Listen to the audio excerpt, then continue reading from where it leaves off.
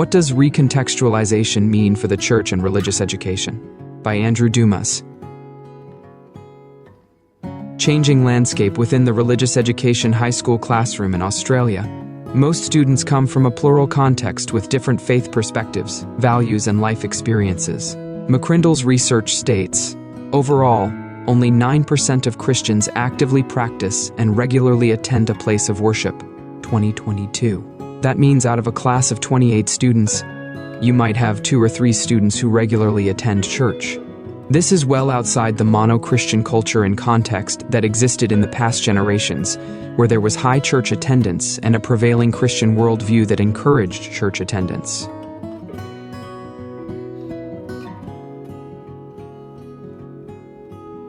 Curriculum has not caught up. Yet often our curriculum today still presents a factory model where one size fits all from this mono-cultural Christian worldview. Reconfessionalization presents the Catholic education to students in terms that are largely catechetical and refers to the active strategy of reinforcing Catholic school identity in spite of a secularizing cultural context. Horner, p. 236. Reconfessionalization seeks to dispense catechism and church doctrine as an unchanging reality of church authority, even though there exists varying degree levels of faith perspectives, values, and life experiences.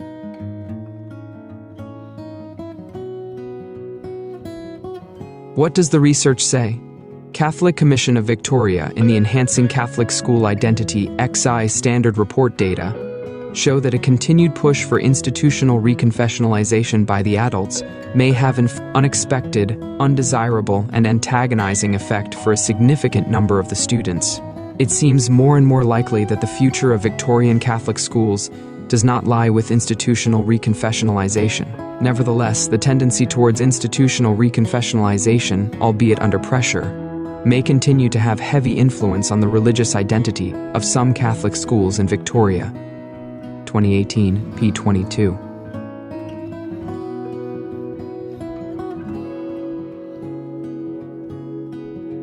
What does recontextualizing mean? Often we get trapped in our own context. From a Christian worldview, we often place Christianity as the dominant worldview. But a recontextualizing approach does not presume to have all the answers before the answers, but rather focuses on the questions themselves.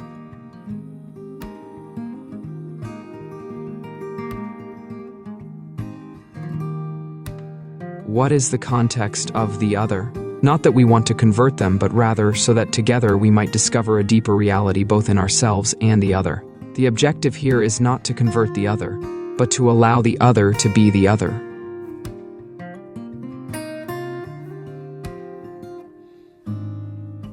Maturity needed. But this takes a mature moral and spiritual approach beyond conformist and individual stage or ideology.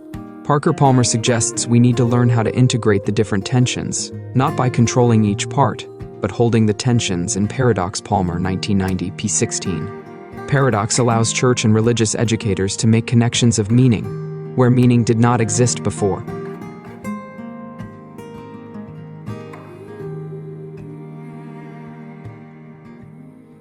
The woman at the well.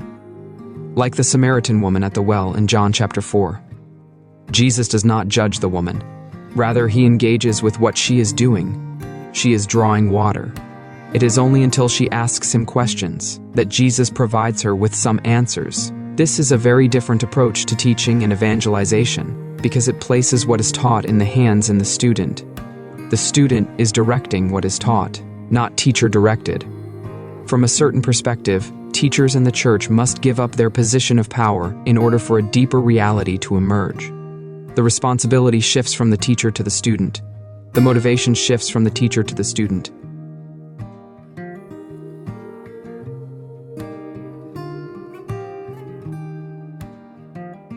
What does recontextualization look like?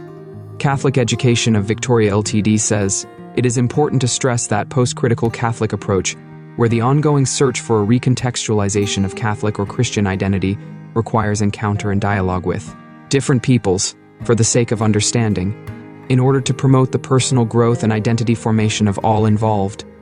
2018, p. 16. This includes the teachers and the church, the the most effective teachers and good learners.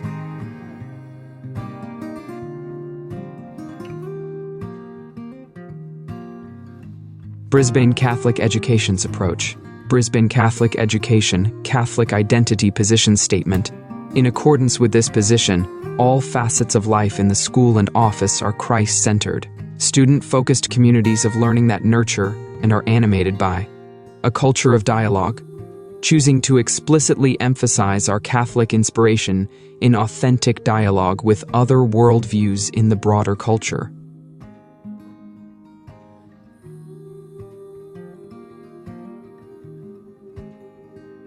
A contemporary theology of mission, understanding that we are part of the wider participation in God's existence in the world. This is a single but complex reality of proclamation and witness, commitment to justice, reconciliation and peace, and the integrity of creation.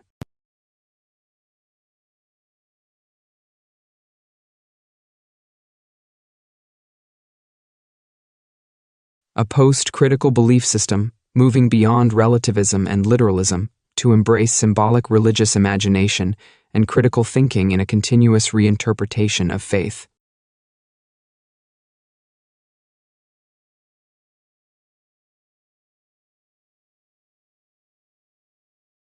Conclusion. The question here is not what is truth, but rather how do we get to truth? How do we engage with people with varying degrees of faith and understandings in a pluralistic context? Reconfessional approach, or A. Recontextual approach. True dialogue. Recontextualizing requires true dialogue. This is a conversation between two or more parties where one of the parties does not presume to have a dominant position.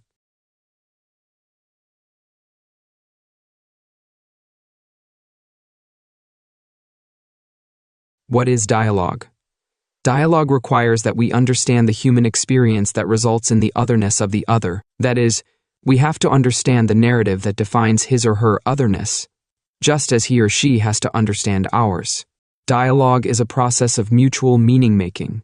Respecting the other is as important to dialogue between groups as it is between individuals. Without such respect, there can be no dialogue. Dialogue requires an admission that the world can be legitimately seen from another perspective, one that may call your own into question. Dorsa, 2020.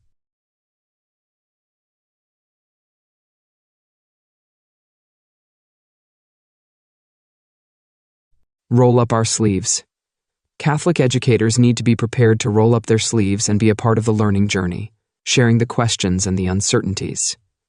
Bezina, 2017, p4.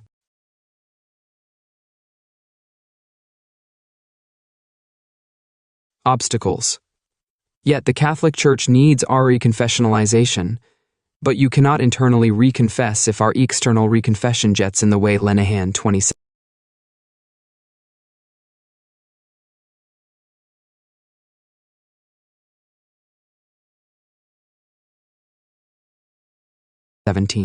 Inspiration. The environmental crisis, COVID-19, domestic violence, the culture of death, over-consumerism, the rapid loss of biodiversity, refugees, homelessness, poverty, discrimination of women, and more. Works of justice seems to provide one doorway to overcoming the obstacles. Works of justice often inspire others to be involved in the Christian mission.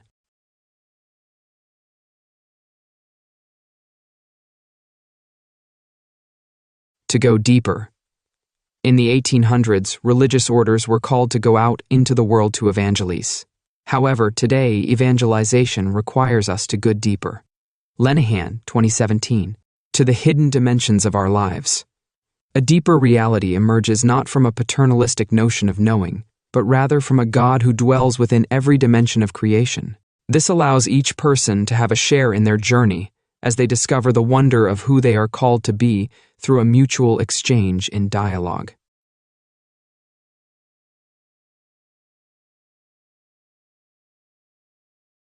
Foundations in John the 23rd.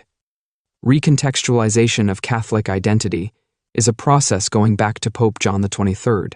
What appears to be significant for the ongoing success of the ECSI is the need to acknowledge that recontextualization of Catholic identity is not something novel in Australia or in the Catholic Church generally. It has roots in significant movements since the time of Pope John XXIII when he stated, Rossiter, 2018, "We have begun to understand the gospel better. Today's world, the needs made plain in the last 50 years, and a deeper understanding of doctrine have brought us to a new situation. It is not that the gospel has changed, it is that we have begun to understand it better. Those who have lived as long as I have were enabled to compare different cultures and traditions, and know that the moment has come to discern the signs of the times, to seize the opportunity, and to look far ahead." Pope John XXIII, 1963, as cited in Rossiter, 2018.